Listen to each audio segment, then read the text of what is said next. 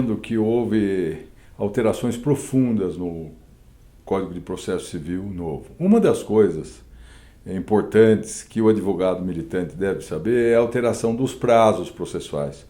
Os prazos não computam mais, vamos dizer, da forma que vinham todos os dias corridos. Agora, os prazos não contam nos feriados e nos finais de semana. Isso porque o advogado também tem o direito ao descanso. Um outro elemento que me parece importante, um dado relevante para o advogado, é a instituição do princípio da cooperação. O que significa? Significa que as partes e os órgãos jurisdicionais devem colaborar entre si visando o julgamento de mérito. Isto é, as partes devem obedecer, até porque tem um ônus, os prazos processuais, não provocar incidentes em forma de chicana que irão prolongar o feito. O princípio da cooperação, pela ótica do juiz, também é significativo, porque o juiz terá, então, que perguntar às partes, convocar as partes quando houver alguma dúvida, para que também não haja uma nulidade. Enfim, o juiz deve provocar a parte a sanar eventuais vícios, sempre tendente ao julgamento de mérito.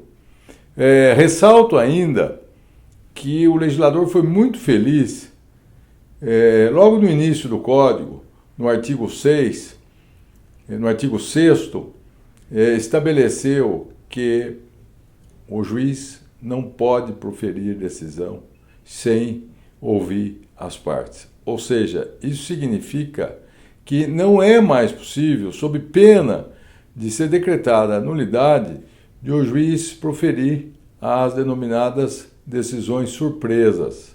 O juiz, portanto, exercendo o seu poder de direção do processo, deverá sempre ouvir a outra parte, isto é, levar o contraditório às últimas consequências. Mesmo aquelas matérias cognoscíveis de ofício, o juiz terá que colher, então, a manifestação das partes antes de proferir a sentença.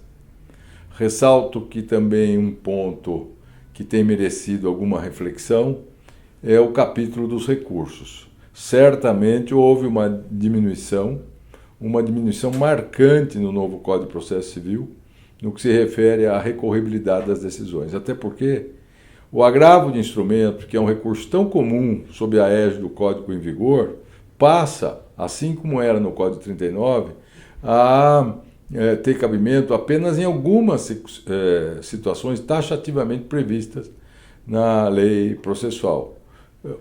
Não há mais agravo retido e as matérias que não comportam, as decisões que não comportam o agravo de instrumento, sobre elas não há preclusão.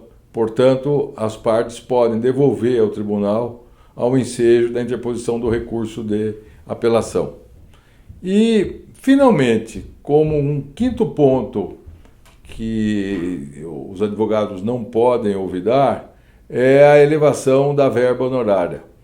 Ou seja, os honorários podem ser fixados até em sede recursal, vale dizer, há sucumbência também no recurso, desde que não ultrapasse o total, e portanto cumulativamente, de 20%, era 25% no anteprojeto, de 20%.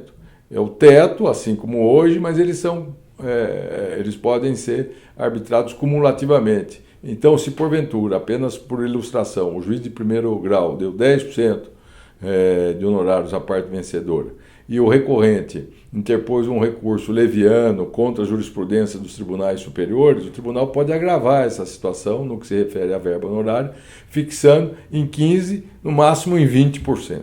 Eu imagino, claro que há muitas outras novidades, mas eu imagino que esses 5 aspectos merecem, de pronto, a atenção do advogado.